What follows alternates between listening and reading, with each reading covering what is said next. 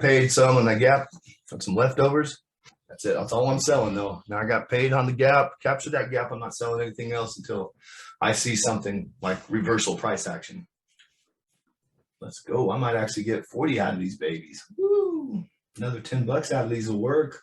So I've got I'm down to 2 contracts left from the swing. So it's gorgeous, man. So from that 44.70 area all the way to here. And I've got 2 contracts left. I just sold into those, and the last 2 I'm gonna hang on to 60. Try to get 60 out of, or I'm going to set my profit stop under, I think 24 is a good number. Get under this 26.